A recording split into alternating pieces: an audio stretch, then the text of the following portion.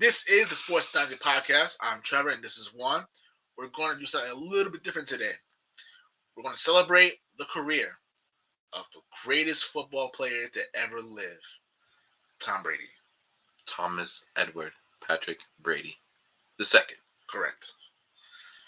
Damn, man, I can't believe this is it. This is it. I'm not gonna lie, I shed a tear on Saturday when he retired the first time. Yeah, he did try to Or retire. allegedly he did the retire first time. twice, technically. You know, According to Adam Schefter, yes. Schefter, who took a big hit. He did, but he got redemption because he wound up being right at the end of the day. But those were probably the three of the longest days you've had in a long time. Oh yeah, because they were between that Saturday and Tuesday. Because they were destroying it. I think they probably wanted him to sweat a little bit, saying, "Yeah, dummy." That was funny. That was hilarious. We cracked the joke on him here too. I think that episode we definitely did. That was pretty funny. Oh, that was hilarious. But yeah, Tom is gone. I remember the last time I wore this jersey. I think. Oh, it was when he beat the crap out of Kansas City. Actually, that's the last time I bought this jersey.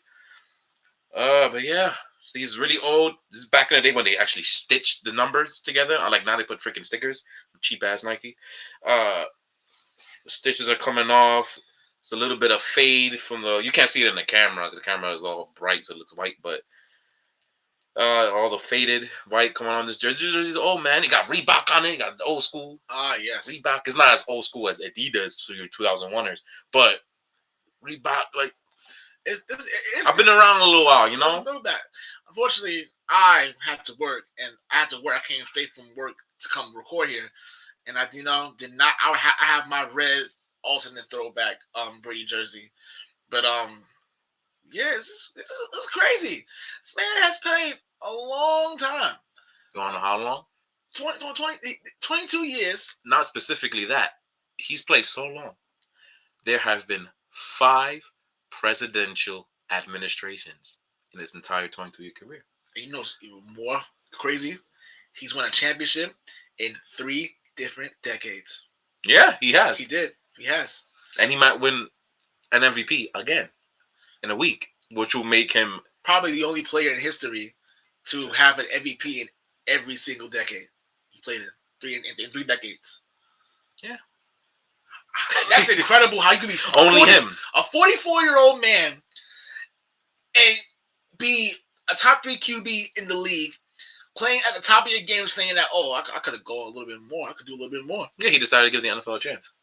Yeah, that's how beating them up. The only people you know that can play at an advanced age and play and play at an elite level at this age, Tom Brady and LeBron James. That's it. And he's not 44. LeBron James like 37. I think so. And still, that's too crazy for a basketball player. Still playing at an elite level, which is ridiculous. That's insane, especially in this day and age. Yes. At least when Kareem played until he was like 40, I think. But that was back when it was actually bull crap. It wasn't slow in his era. There was still fast paced in the 80s. It was the 90s, 2000s when it was slow as a mug. Wrong sport for the podcast. My bad. I'm sorry. Thomas Edward. The point is the fact that he's able to play this mother trucking good at this late and it still can. I'm pretty sure he can suit it up, come in at 45, and whoop everybody's ass next year too. But I guess he said that if he's not going to give in 100%, he's not going to do it at all. True, makes sense. He said, so. But you know what the crazy thing is? He did say that he'll retire when he sucked. He lied. He definitely lied. He lied. He says, man, threw for 5,300 yards. 43 touchdowns and almost had the second biggest comeback in playoff history against the Rams, who are in the Super Bowl. Yes. And arguably, if they would have came back on the Rams, they probably would be in the Super Bowl right now. Probably, yeah. Right now. Definitely healthy, he'll be in the Super Bowl again. Oh, yes. And that team was healthy, but... but... Shoulda, woulda, coulda, if, ands, or buts, right? Let's celebrate the career, shall we? So we're going to talk about our top moments, top games, and we're going to talk about his legacy as a whole. I think we'll end with that one. So why don't we start with... let's start with the games. Yeah. For me, and let's not take forever with this. Yeah, for me, I gotta cook. So. Yeah, okay, gotcha. For me, the 2007 season, right? They were playing against the Baltimore Ravens on Monday Night Football. Monday Night Football. This is when Sean Taylor had passed away a couple of days before the game, and this is where Ray Lewis and Lionel were like really wanted this game. this game. Yeah, and They damn near got they it. were damn near got it, but you know, The refs, the zebra. yeah, they definitely did, but you know, The zebras. We'll take it. They were coming after him, coming after Brady a lot. They were really like saying, "Yo, we want this game," and then it's like, you know, unfortunately, they didn't. Fortunately for us, because we won the game, but you know, for Ravens, nah, not for them. But Oh well. They went 5-11 that year anyway. Who cares? Yeah. Speaking of the Ravens, the 24. This is one of my favorite non-Super Bowl games. 2014 divisional game against Baltimore. When they came, New England came back from down 14 twice. I remember it vividly. It was my best friend's birthday. It was me and my two best friends. We went to out for dinner for one of their birthdays. And I'm like, damn, you know, the game was on. They had a game. You're a better person than me. Yeah, I was not going to no party for dinner or anything like that during the Patriots playoff game. Not happening. There was no way I was going to be able to explain why I didn't go. You don't have to explain. No, there was no reason. It was to the point where. Well, I did just say you're a better person than me. Yeah, so. You're right. So they had the big. You weren't supposed to agree to that, but okay. Listen, it's what it is. My man just played me in front of the world. This is someone got to be the heel today. Anyway, so it's supposed to be me. It was a giant projector in the restaurant. They had the game on. They had the Patriot and Baltimore Ravens game on, and I'm watching it. I'm eating down 14. I'm like, damn. I'm eating, paying attention, trying to engage. They noticed that I'm paying more attention to the game than to them. And they saying, "Trevor, what are you doing? Come on." I'm like, come on, you brought me out here to watch you brought me out here to come out when there's Patriot football, playoff football on. You gotta take what you can get. And then toward the end of the game, we had came back. It was up 35-31, and Flacco did the interception to seal it. And I remember jumping up and down like, yeah, let's go. Everyone looking at me, and someone saying, that's mad embarrassing. And I'm like, I don't care. I don't care. That's one of my moments there. And it was like, yo, Tom Brady was like incredible. And I'm like, yeah. Yeah, he had, to me, the best throw he's ever had with that touchdown to NFL in that game. Yes. It was masterpiece. Another game that I appreciate more, especially in the same season, it was 10 years in the making. Finally, the Patriots win the Super Bowl after 10 years. I don't care. People love Atlanta's Super Bowl, but Seattle's my favorite Super Bowl. Mine too. Seattle's my favorite Super Bowl ever. To be able to, we came into that game, everyone was saying, "Oh, the Patriots they can't do it against Seattle. Seattle's gonna bust their ass," or all this other stuff. People were saying there's no chance we're gonna win this game. They really were, and that was stupid. Yeah. I don't care what nobody tells me. New England was the better team in that game. Yeah. I don't care what nobody tells me. And you know what I'm saying? So people talk about, but if Marshawn runs the ball, well, guess what? They could Pete Carroll. Thank you. But other than that, I always hated people say that, because if a certain referee didn't want to pick Darrelle Revis in the end zone, they wouldn't have had the 7 points to begin with. If Jermaine Kearse didn't want to do with David Tyree, they wouldn't have been in that position in the first place. There's a lot of what ifs in that game. A lot wasn't that game, but whatever. To me, that's one of my favorite Super Bowls that we ever had. Yeah, because that was my 2001. Because I was 8 when 2001 happened, living in New York. There's no way I watched the Super Bowl at that point in time. I didn't watch sports till I was 15 years old, so I didn't watch any sports. So that was my 2001 for like all the regular native New Englanders I was watching back in the day. That's the feeling I have for 2014, which was my favorite. Not like, and plus he also came back from 10 down against the best defense at the time. It was, for that game, it was more special to me, kind of like it was limited to one, even though I watched the other Super Bowls prior to it. But I was like in the 5th grade when they won the third Super Bowl, and I was just getting into football at that time. So I couldn't really appreciate it the way I did for this one. In the process, watching the Giants beat us twice, and once my freshman year in high school, and the other one in my freshman year in college. And I remember especially being so hurt. Like I felt like a part of me was like damaged. Like, oh my God, this really happened. Like that's why I'm a real fan, and I don't know how people do this, but I've been doing this since then. And it's like, you know what, I love it. Even though we all have gone through a situation where our teams where it's a certain loss that hurts so bad, it's like, oh my God, but you come back for more. But That's one of my favorite Super Bowls there. The other one, the 2016 season for me was also a good season for me. Just the fact that with the whole the Fliggy situation, The Fluff You tour. yeah, that was Brady's complete. We'll get back to that when it's my turn. Yeah, The Fluff You tour. his middle finger to the league. First of all, you suspended Tom Brady 4 games, right? So basically, you wanted to give the league a 4 game head start, and the Patriots ended up going 3-1. And then it's like, okay, now that Brady's back, now it's FU time. No John Cena. So yeah, so that season right there was like, you know what? Yeah, it was especially in the situation during that time, a kind of a changing of the time of my life where things were a little bit different, and I got to appreciate it more because the fact that it matters that hey, despite everything that's happening during that time, football was an escape for me. So that season as a whole was just incredible. And then the obviously the 20-3, the Atlanta Super Bowl, we won that game. I was at home. I was at home with my mom. We always have Super Bowl parties around that time. We always have Super Bowl parties every year at my mom's house. So I remember watching it, and I'm just sitting there angry, pissed. I'm like, oh my god, we're really getting our asses handed You to. were angry? I was angry. I was calm. No, I was angry. I was drinking. I'm not gonna lie, I was drinking too, but I was angry. And I remember, and my mom looked at me, and my mom said, and my mom don't watch football like that at all. She's not a football fan at all.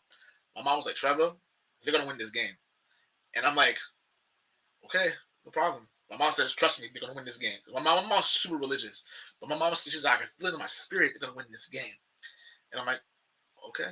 If only I gambled. Yeah, 28-3.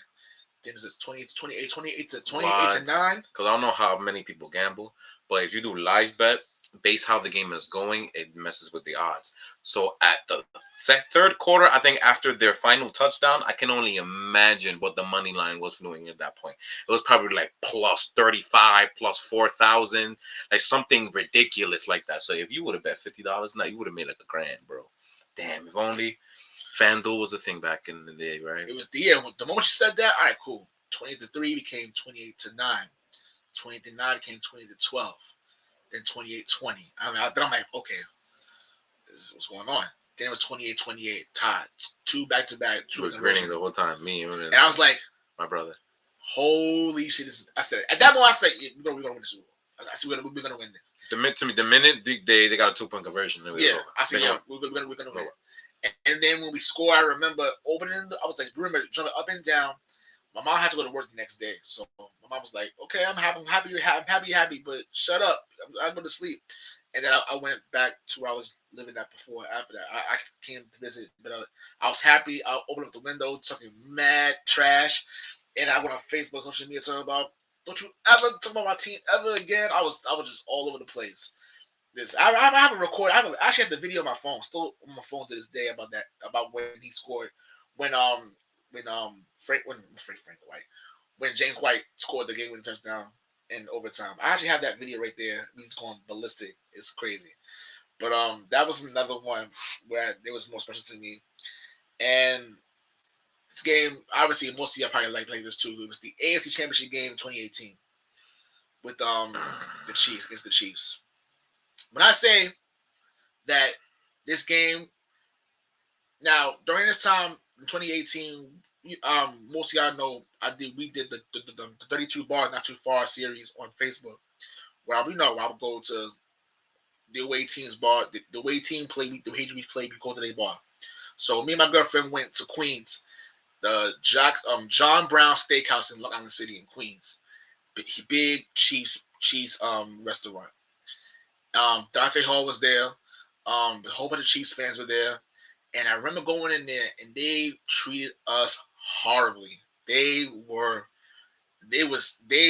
really, really mean to us. They were really bad to us, for the most part. A lot of them, we was like, a couple of people were cool, but a lot of times they were just heckling us, and it's garbage. And when it went to and I remember when he paid Brady do the interception in the fourth quarter, and they went crazy saying 50 years finally, and then D4 happened. D4 happened, and then everyone, and then the room just kind of like shifted, and then I was like, yes, And then It's over. when we scored in overtime, the room got so quiet, and me and my girlfriend would just say, "Well, what's the rushing me?" I'm like, "Let's effing go, let's go." I didn't care, and I let everybody hear. I said, "I don't care. Y'all treating me like garbage the entire time." But my girlfriend was petty. She's petty as hell.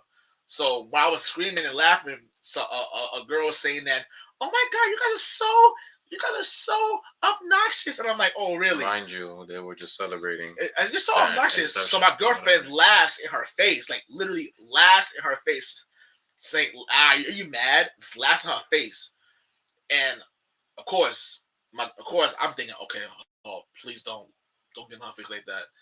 But luckily, she didn't do anything because she was soft as baby tissue. So thank God that she didn't retaliate. Even though my girlfriend would have beat her ass though.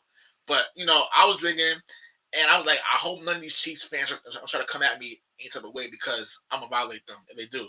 But luckily, nothing happened. Went home, and I was talking all this garbage, and I said, nah, they treated me like garbage, and guess what? Now they feel like garbage. Say you're a better person than me because you know who I would have went up to. Hmm? You know who I went up to? Oh, Dante Hall. I did. Oh, actually, oh yes, I did go up I Dante went Hall. up to his face and I would I did. spit right in I his face did. for being so disrespectful. I did. He was a real dick.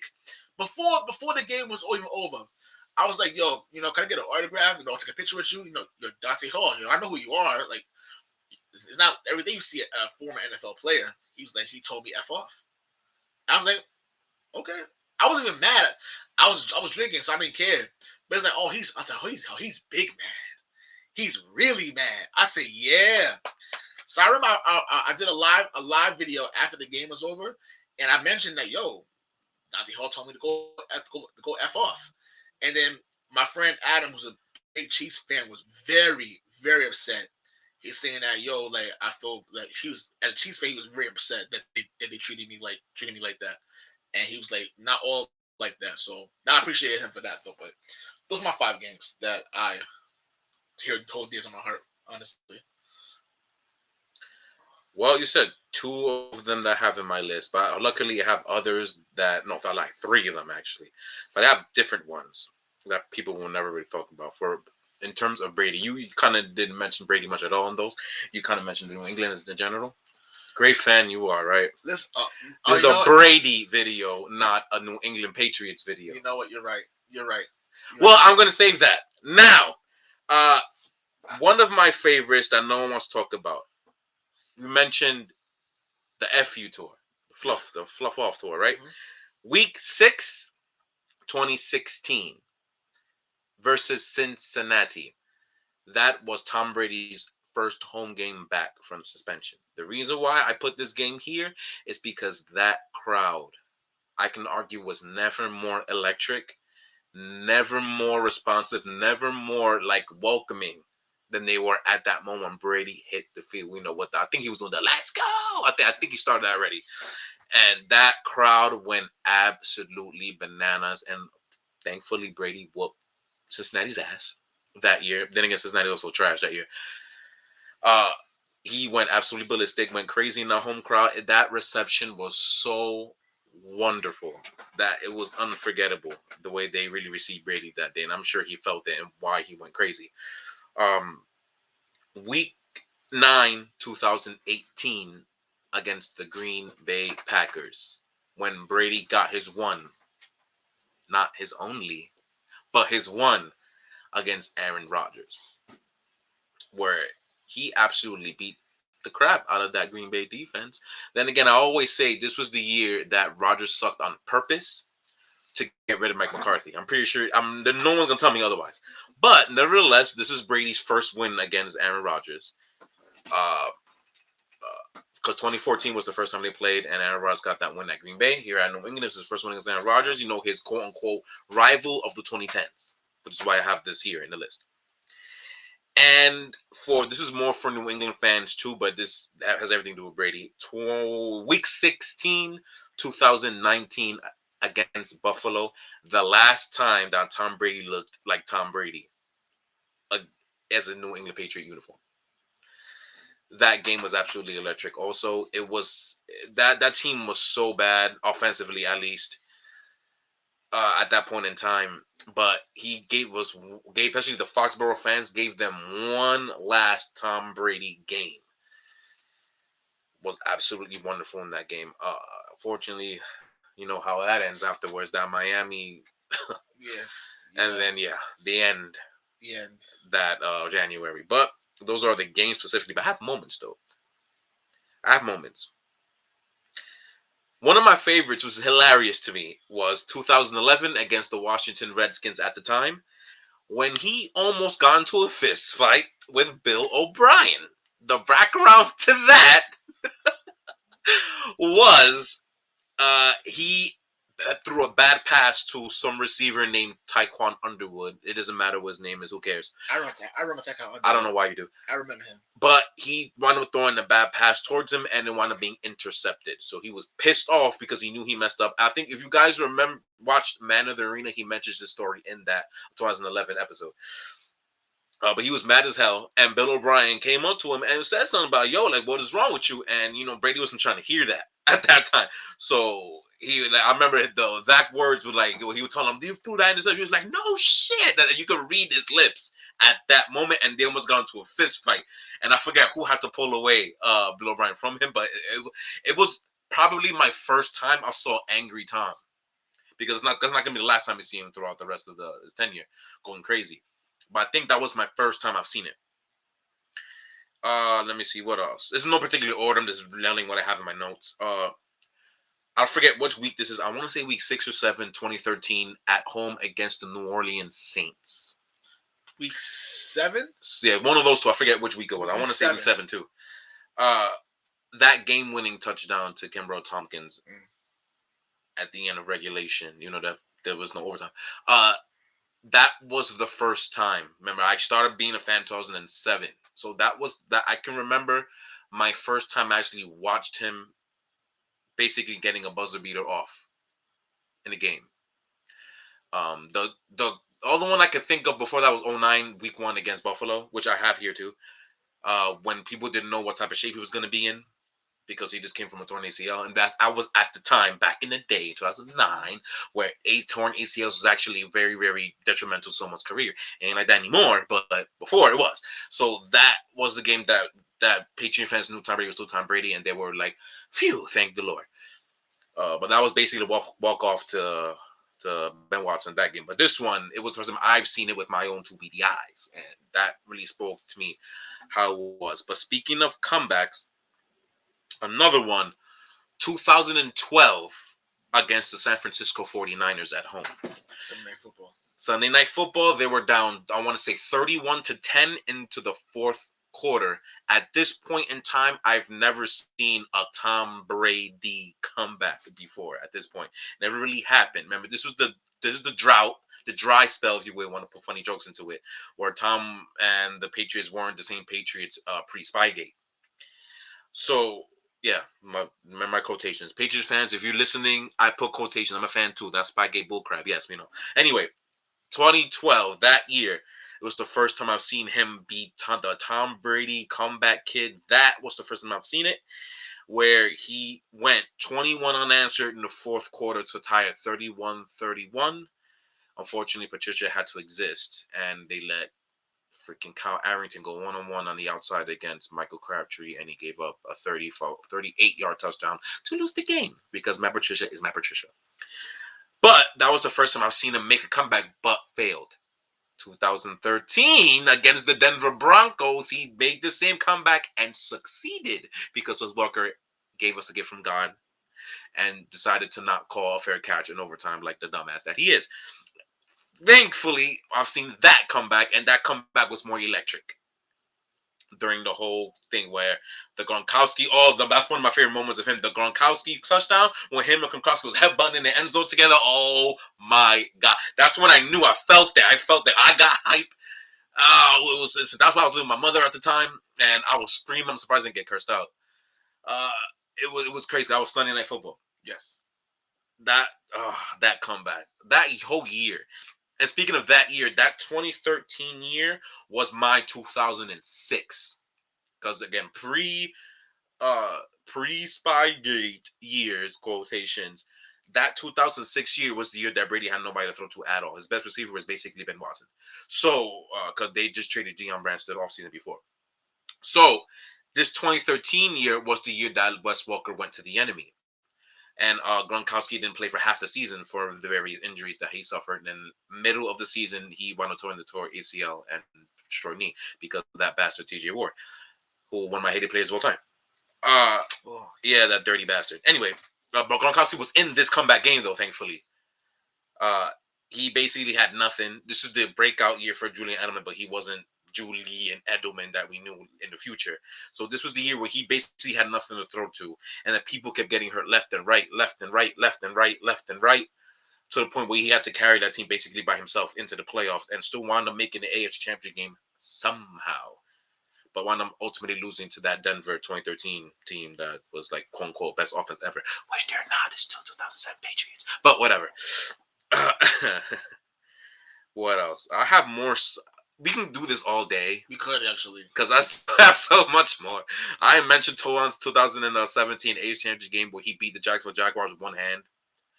Remember, you had a very badly lacerated thumb in his throwing hand 3 or 4 days before the game, and him and Amendola beat them by themselves. Magical. The Super Bowl right after that, where he almost beat the Eagles by himself, throwing 500 yards and should have won. It wasn't for someone that existing named Matt Patricia being our defensive coordinator, and Belichick for having a dumb moment and not having Malcolm Butler in the mother truck in a Super Bowl game. You know, one of the reasons that started the whole little beef between the two that season.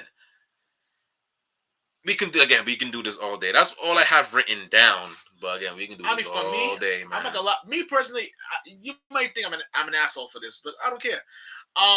For me, I think the moments that made me laugh is his undying hatred for the New York Jets. Now, now we live in New York, right? So, especially during the 2009, 2010, 2011 seasons, like the Rex Ryan years, the Rex Ryan years, right? Especially when the Jets were gritty. They were a gritty team. They played us hard.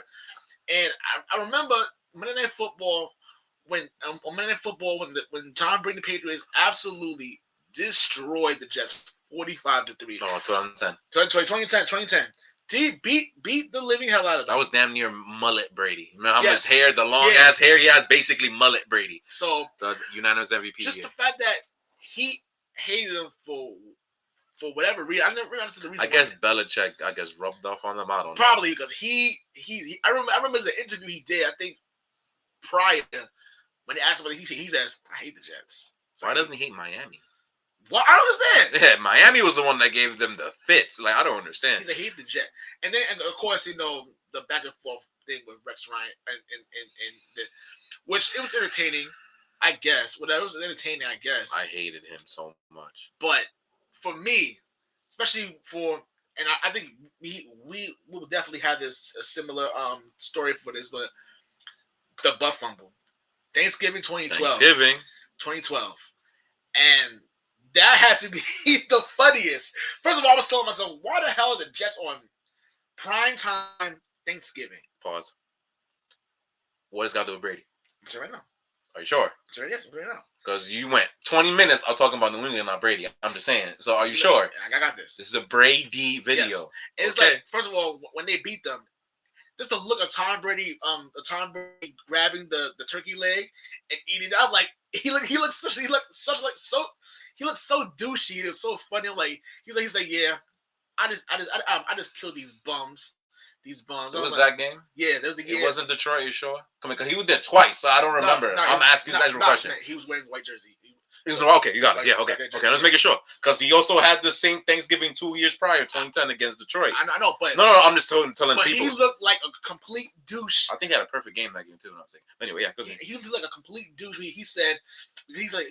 Oh, I remember that picture. Yeah. There weren't real memes yet, but I remember that picture. That picture was on the internet. Yeah, I remember. He was really wild. I said, and it's so funny. I was like, yo, he really just don't like these people. And it's like, why? But I think it was hilarious. Then I got another moment. I just thought of it. The whole little Tom Brady can't get a high five saga. You remember that? All of 2010. He could not get a high five from nobody for like 7 years. He was like, yeah, and those pictures too. Me, he had that. Another thing with him. How come every time he gets unprepared snapshot, he looked like kind of a girl? He had like a girly phrase, like I don't know. why? Like you remember in Tampa when they were talking about making fun of how old he was, and I think when they won the NFC Championship game or the divisional game, and he was like this. You the podcasters can't see me, but he was like this in the background. They was doing all the little thing. Why come he look?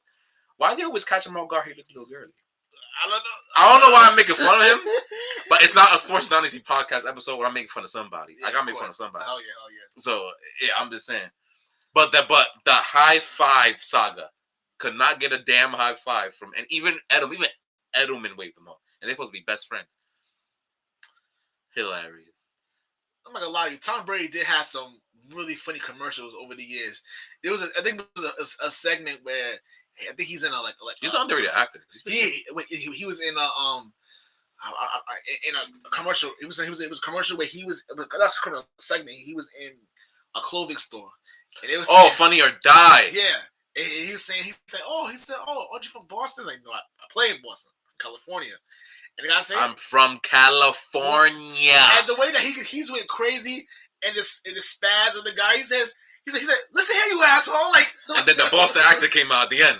And he's like, my God, like, mind you, he was standing next to his cutout the entire time. He's like, I'm this guy. I'm ready. Like, yo, it was that was funny. But the way he says, no, I'm this guy. Do you see him? That's me. He says, I don't see the resemblance. No, that was a good say. He's an underrated actor. He's a very underrated actor, especially when he did the segments with Jimmy Fallon and Mark Wahlberg. You know, when Jimmy, of course, I'm Mark Wahlberg. That's his biggest fan. Yo, I remember it's also a thing where it was, who is Tom Brady's biggest fan, Matt Damon or Mark Wahlberg? Oh, and yeah, that was funny as hell. And it was so funny because it's like these guys are huge Patriot fans. It's like, yo, they idolize this guy. Like, yo, because he's good. All right, we've been here for 30 minutes, having fun. But now, yes, I would like to end the show at some point. So, yes. Do we have to speak about his legacy in terms of the NFL? I think it's spoken for. It speaks for itself. He was polarizing, very polarizing. You loved him. Yeah, he went from like a hero to a polarizing figure because of all the success he had. Yes. What's funny though is that he's adapted to every which way the league has evolved in the last 20 years though. Yeah. Which is amazing. Something that I guess the only person I could think of that's done that is LeBron. Mm-hmm. Another one. That they just evolved with the game. And it kind of got easier for him as it went on. Yes, to the point where he was making fun of it in freaking talk shows. For real. Which is the same as the same. Think about it. He played for so long. I'm pretty sure every defensive throwing at him he has seen already. Just like it's kind of like at this certain point, it's like, yo, what do you do to contain him? Because it's like even at 44 years old, or his late 40s, in his early 40s, like you can't leave the clock on for Tom Brady to come back. Yeah, you Buffalo can't saying you can't do that, right?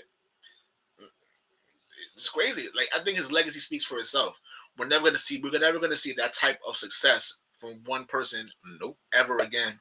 Like to me, he personifies team sports. As far as like, hey, we have someone you want in a leader, and said, listen, because remember last time he said that he's a system QB, when the actual reality is he is the system. Which is funny that you mentioned that is because it's hilarious that people like an underdog story. He was the underdog story, at least for the first, like, I want to say 5 to 6 seasons of his career. Once he got over the underdog mantra and became the success, all the hate came, especially after Spygate. So it's hilarious that he really went from like a baby face to a heel just like that. Mind you, his persona never changed. He's been the same dude basically the whole 20 years. And it's like everybody's perception of him over the years just kept going off like a roller coaster. It's crazy. But also, for me, honestly, it showed that, again, he was underdog story where you wanted to cheer for them, and after a while, he became the villain. And I think those years, especially those 2010, especially in the 2010s, from like 2000, yeah, to 2010s, being that villain, saying, "Hey, we were a part of a fan base that was universally hated by most." He was the poster boy, saying, "Yo, you respected him because he was because of how he was, how good he was, but you hated him because he used to kick your team's ass and would do it and just flawless with saying, yeah, I did it, and there's nothing you're gonna do about it."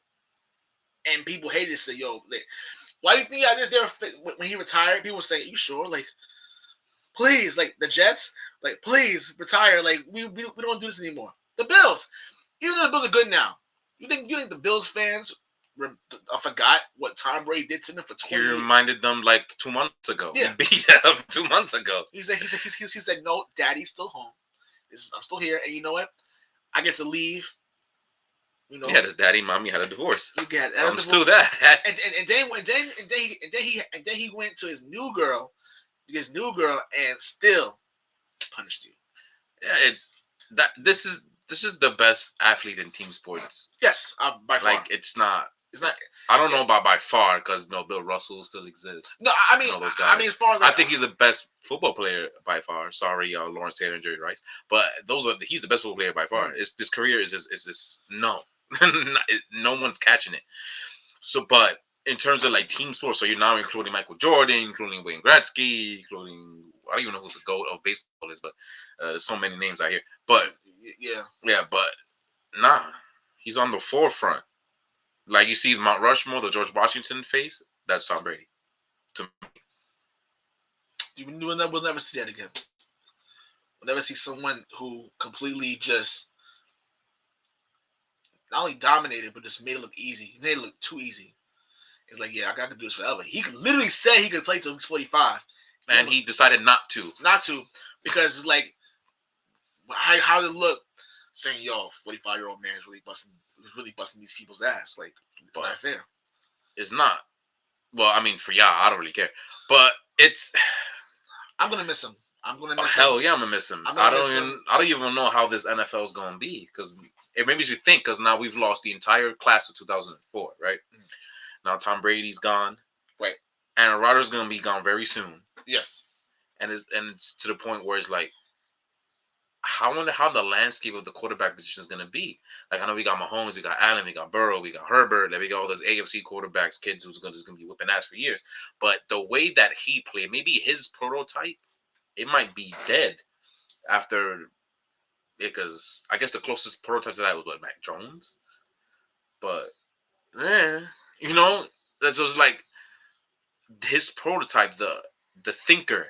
I think who like the thinker, the quarterback, the field general quarterback. I guess that's gone. He is gonna go away with him. I guess. Another thing that impressed me, like you see people, athletes like Kobe Bryant, Michael Jordan comes to mind the most. Work ethic. Mm-hmm. Tom Brady literally breathed, slept, and ate football. You're talking about the dude want to sleep at like 8:30 every day. What? Like this man literally. What? Like I remember before we wrap this up, but I remember it was Kevin Byard. It was during the 2017 playoff run. I know exactly. Kevin Byard called out Tom Brady, and Ray Lewis was saying that these kids don't get it. He's saying, "I appreciate." I love. He appreciated his enthusiasm and his competitive nature, but he's saying that it's a master. I think, well, if I'm not mistaken, I don't think he said just you about to awake the lion. I think that's what he said. Word for word. He was saying the master, like saying this clicking. Masters. That's what he said. The click. He says clicking. He's clicking. That's what exactly. Why are you talking? He's clicking. He's looking for any weaknesses in his game. In your That's game. one of my favorite Ray Lewis speeches. Yeah, he said he's clicking, and he says he's clicking. He says the reason why I might find it after you finish. The thing that he said that stuck out to me, he said the reason why Brady can play this long because he's a master in this game, and a lot of y'all just want to be, some of the lines with he's a master. He's one of the masters, and you know how the student eventually beats the master. They haven't caught up to him yet. He was like, no, he said the master still beat him. That was 5 years ago, and they still haven't Carlton. No. And So, they never will at this point. But yeah, that was one of my favorite Ray Lewis commentaries. Clicking, yeah. I love that was incredible. But yeah, that was a good one. I forgot about that. Work ethic, like come on, his work ethic. It is Michael Jordan and Kobe Bryant. You can never, you can never say that. Oh, that he never wanted, that he was never, his head was never in it. Clearly, his head was in it for 22 years. That's why I never understood why people hated him as much as they did. Like, I understand you're jealous that he's this successful, but damn, like this dude does everything right. Yeah. That's what part that never understood me. He never did anything wrong. He was never part of any real controversy outside that stupid ass deflate garbage. Like, he never really done anything wrong character wise, but yeah, you hate the guy. It makes no sense because he's a hard worker. Like, this is the type of dude you're supposed to root for. I always thought. You know what I mean? Like, he never like did anything wrong. I never understood it, but he is the personification of teams of football. And I feel like I love that he is the personification of football. What the NFL should want in a player. Yeah, you know, but Goodell had other thoughts. So, yeah, we're gonna miss him. And I'm not gonna lie to you, we basically talked more about his moments in New England. Yes, we know he won a Super Bowl. He did some great things, some pretty good things. Oh no, I love his Super Bowl in Tampa Bay. He beat the crap out of that team. I don't like. Yes, I mean, yeah. I mean, the thing is that. What else? There's another game that I love too from them. That I'm like, oh, I think it might have been the New Orleans playoff game. We finally got them. After getting swept, after allowing they are like almost 70 points in the regular season against them. When he finally got them in that game, and he played really good. Like that's probably my favorite. My favorite Tom Brady Tampa Bay uniform game. He was really good. The whole team really answered to his call. The way he let it up, I think that was good. That season, the whole 2020 season was a blur to me though. This COVID thing really like, yeah, you know. So that's why I don't mention it much. It's not because he went to Tampa. It's because that whole COVID thing really puts a blur in my mind. No, that too. But I'm gonna go that way. I couldn't. After his first year in Tampa, I'm like, I couldn't. I like, oh no, it felt weird. I like how you mentioned that because this is a perfect way to end the show right now. Weird. It felt weird. Tampa, I hope you enjoyed your rental because it's time for him to come home. Yes, we claim him now. Your little 3 minutes that you rented him for, that's beautiful. He's a Patriot. He's ours. We get to claim him again. The only good thing about his retirement is that we get to claim him again. Yeah, so I hope. Hopefully he comes back, signs the 1 year, whatever the crap, and does his whole Patriot thing, and then we can induct him in the Hall of Fame as quickly as possible this summer. Yes. Which I definitely want to go.